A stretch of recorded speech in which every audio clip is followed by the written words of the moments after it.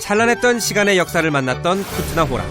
저는 이제 쿠트나호라를 떠나 체코의 대자연을 맞이하러 아드레슈박 테플리체 암벽지대로 향합니다.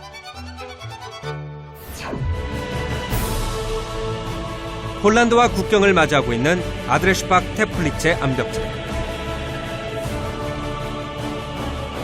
거대한 바위 기둥들이 마치 숲처럼 우거져 있습니다.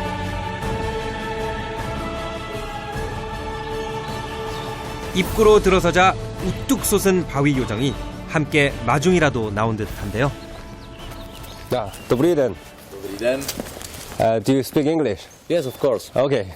Well, actually, it's the biggest region of rock town, of rocks, full of rocks. As you can see here, we will see more of them later, and it has like 20 square kilometers around this place here, and there is nothing like this in the whole Europe. 기이한 바위숲 사이로 크고 작은 호수를 머금고 있는 암벽지대.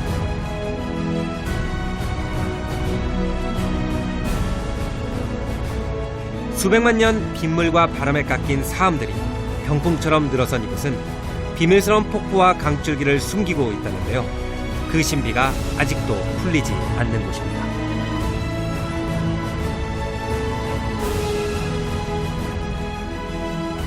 수천 수만 가지 모양의 서로 독립적인 바위봉들이 하늘로 치솟아 무리를 이루는 절경.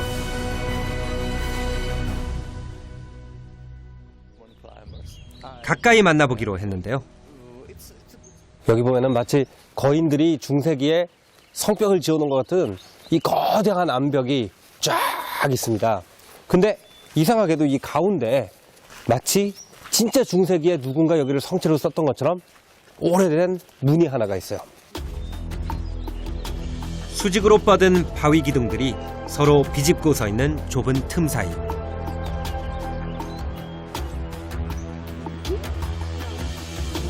현실 넘어 다른 차원의 마법 세계로 빨려들 것만 같은 인공의 문이 기다리고 있습니다.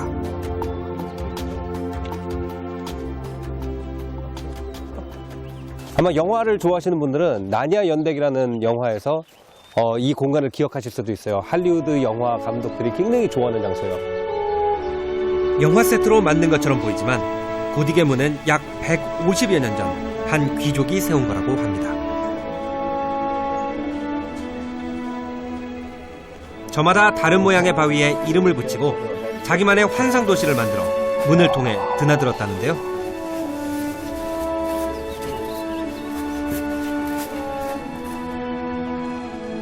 바위에 가로줄 무늬는 바람의 결이 새겨놓은 거겠죠?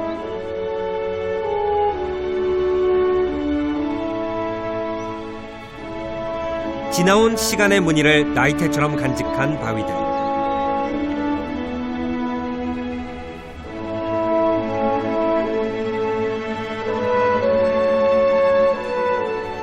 이곳은 18세기 프로이센과 폴란드의 왕이 방문했지만 당시엔 세상에 알려지지 않았다는데요. 놀랍게도 괴테는 그보다 더 먼저 다녀갔다고 합니다.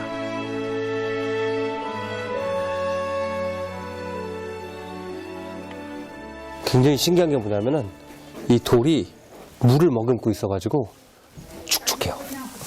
마치 누가 찰흙을 갖다가 이렇게 손으로 빚어서 만든 것처럼 손자국 같지 않아요? 돌이 물렁물렁한 것처럼 생겼는데 실제로 만져보면은 바위인 거예요. 바위들 틈으로 이어지는 미로.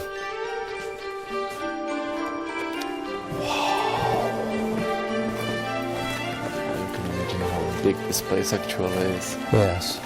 I mean, we're seeing a very small part of it. Yeah, yeah. And it just goes on and on, actually.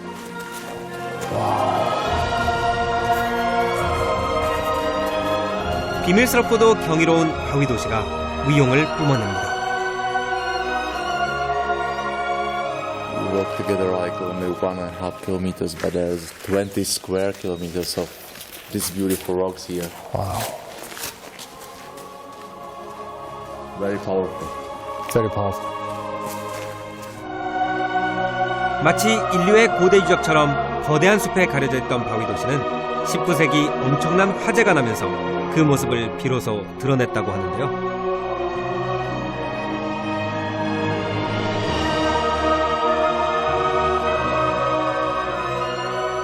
불쑥 솟은 기암들이 숲을 속에 살아있는 생명들처럼 더욱 신비롭게 다가옵니다.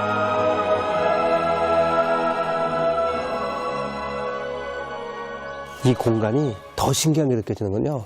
물론 바위 자체도 굉장히 웅장하고 신기하지만 바위 위에 저렇게 조그마한 숲처럼 나무 몇 그루가 자라고 있어요. 그냥 이게 돌만 있는 게 아니라 그 위에 이끼도 있고 조그마한 풀도 자라고 조그마한 나무도 있기 때문에 바위 하나하나가 마치 조그마한 독립적인 생태계 같은 느낌을 주는 거죠. 그게 여기에 수천 개가 있으니까 이게 얼마나 경이로운 광경이에요. 사암은 물을 머금고 있어 나무가 뿌리를 내릴 수 있다고 하는데요. 보헤미아의 대자연이 숨겨왔던 아름다운 비경.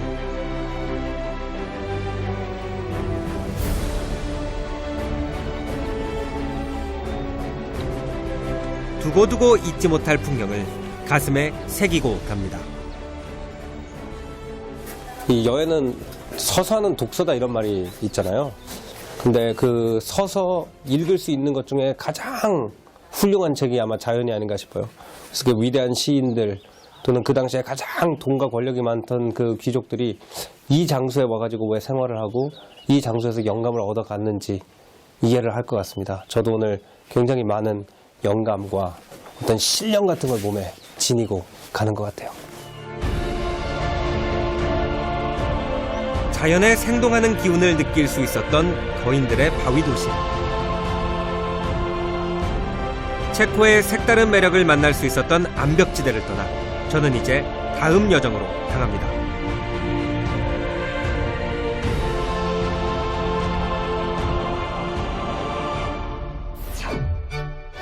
아드레슈파 테플리체 암벽지대에서 남서쪽으로 약 3시간 거리. 독일과 가까이 마주한 온천 도시 카를로비 바리로 완벽한 휴식을 즐기러 갑니다.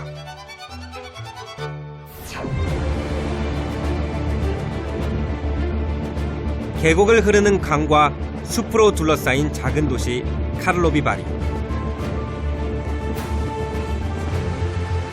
체코에서 가장 유명한 온천 도시인 카를로비 바리는 카렐의 온천이라는 뜻인데요. 약 600년이 훨씬 넘는 역사를 가지고 있습니다.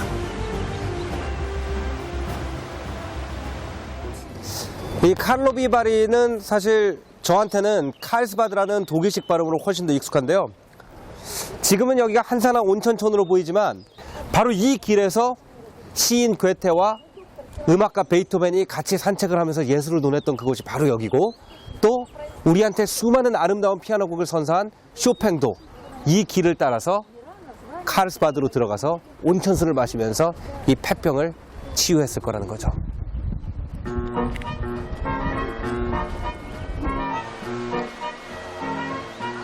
세계적인 음악가와 문인들이 머물며 영혼을 쉬고 심신을 치유했던 도시는 그래서 더 유명세를 얻게 됐는데요. 그 카를로바리에는 다이애나의 탑이라는 이 곳이 있는데요. 이것이 바로 이제 카를로바리 전체를 내려다볼 수 있는 곳이에요.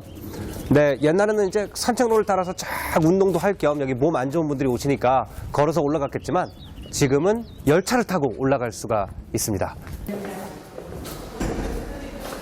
이게 그 왜 스위스의 그 융프라우로 올라가는 것 같이 아예 그 열차 자체가 계단식으로 되어 있는 그런 열차예요. 아, 이런 열차 오랜만에 타보는데 참 재밌을 것 같아요. 자, 빈칸을 찾을 수가 있을까요? 일단 뭐 합석을 해야겠네요.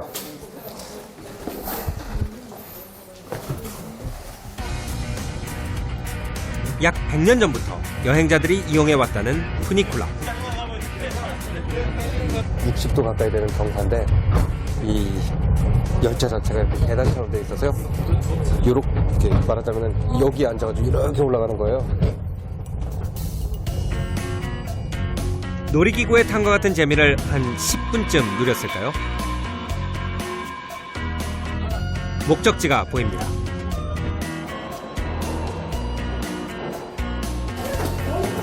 자, 제 꼭대기에 도착했습니다.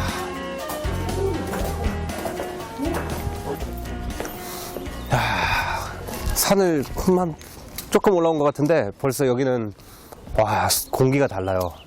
숲이 아주 그 공원 한가운데 온 것처럼 울창하게 우거져 있네요. 저 아래로 이제 카를로바리 시내가 다 내려다 보이고, 이게 이제 다이애나의 탑 같은데, 세계 테마기행은 또 한 번 올라갑니다.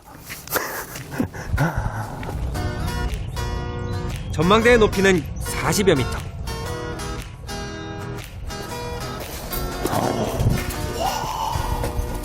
엘리베이터가 있어요. 우와. 150여 개나 된다는 계단이 까마득했는데 반가운 엘리베이터를 타고 가뿐하게 오릅니다.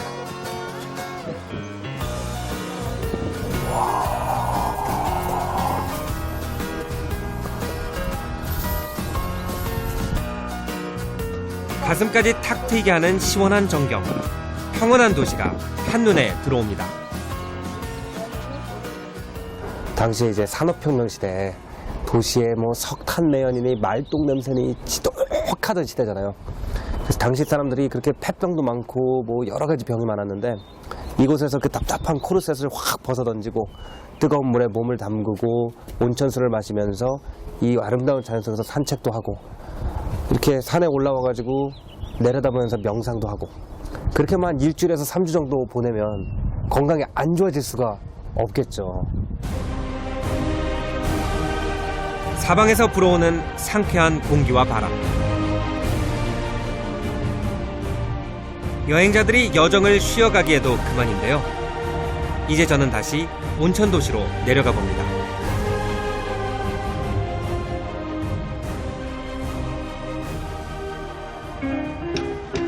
카를로비 바리에서 만나는 독특한 풍경 중 하나는 사람들마다 하나씩 컵을 들고 있다는 겁니다. 평범한 컵처럼 보이지만 뭔가 다르죠.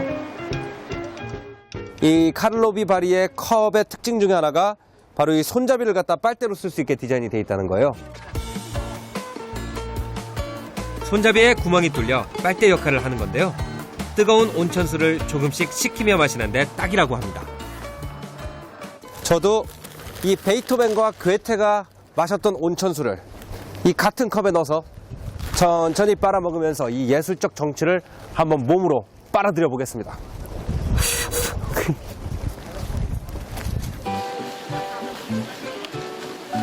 온천 도시답게 카를로비 바리 곳곳에서는 뜨겁게 뿜어져 나오는 온천수를 쉽게 볼 수 있습니다.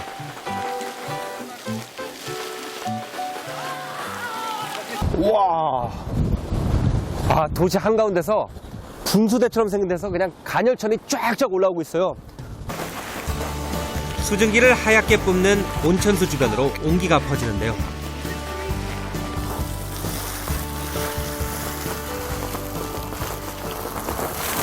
생각보다 많이 뜨겁진 않아요. 온탕 정도? 예, 저기 그냥 푹 담갔다 가고 싶은데, 예, 여기서 그러는 건 좀 아니겠죠?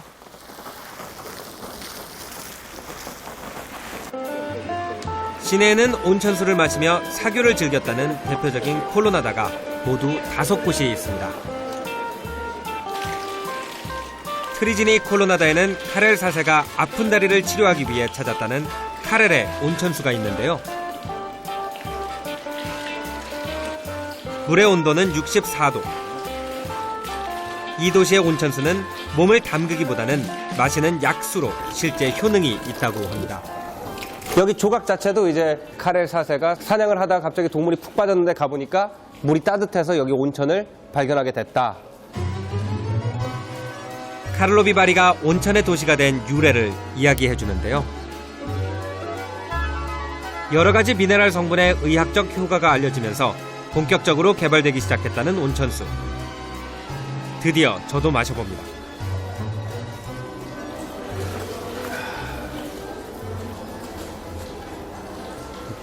좀 익숙해져야 되는 맛 같아요. 건강에 좋다고 하니까 뭐 언제 또 와보겠어요. 계속 마시겠습니다.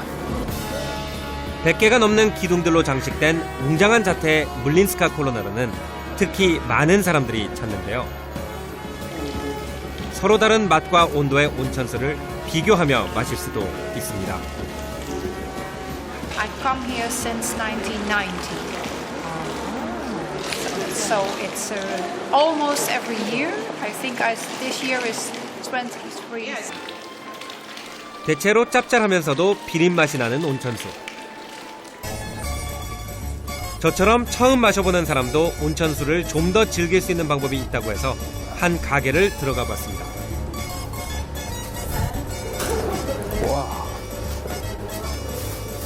빙글빙글 돌아가는 기계에서 즉석으로 만들어지는 과자는 오블라트키. Takže počátky výroby lázeňských oplatek spadají do asi zřejmě do 16. století, kdy téměř každá hospodyně začala vyrábět tuto lahodnou pochoutku, do které se přidává právě naše léčebná karlovarská voda. Dá prosit podél celé... 오블라트키는 구운 과자에 설탕과 달콤한 바닐라 향가루를 뿌려서 만드는데요. 사이사이 가루가 뿌려진 한 쌍의 과자를 각각 돌아가는 기계에 넣고 열기를 가해 눌러 붙이면 완성됩니다.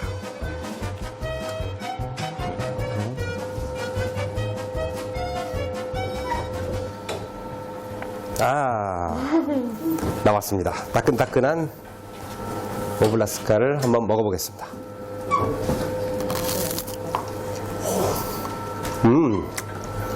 맛있어요.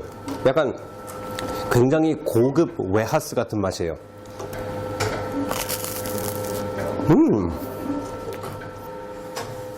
온천수와 먹으면 단짝인 오블라트키.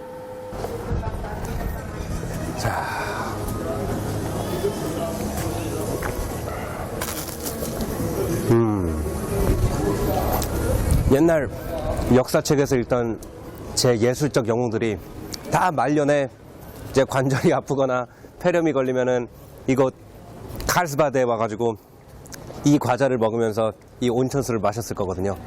제가 옛날에 괴테라든지 음악가 리스트랑 지금 똑같은 과자를 먹으면서 똑같은 물을 마시고 있는 거죠.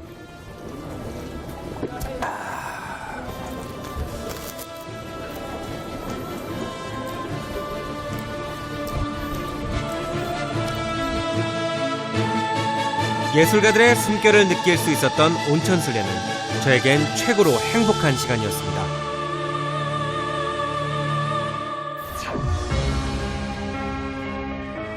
중세의 찬란한 문화와 예술을 고스란히 간직한 아름다운 나라 체코.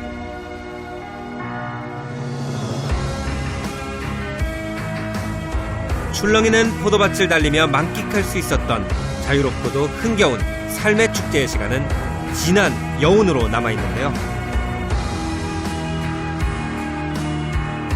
꿈속처럼 황홀하고 신비로웠던 그 여정에 저는 아직도 머물러 있습니다.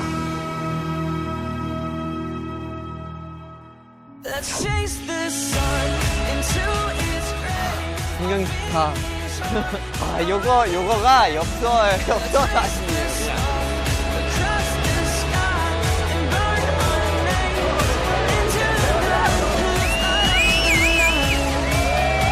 저 오늘 못하겠어요.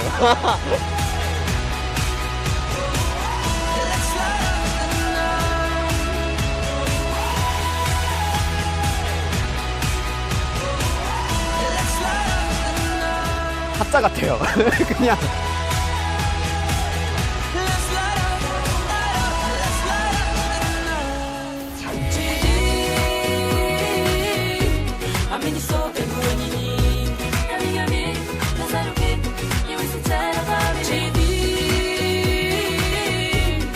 Masyahong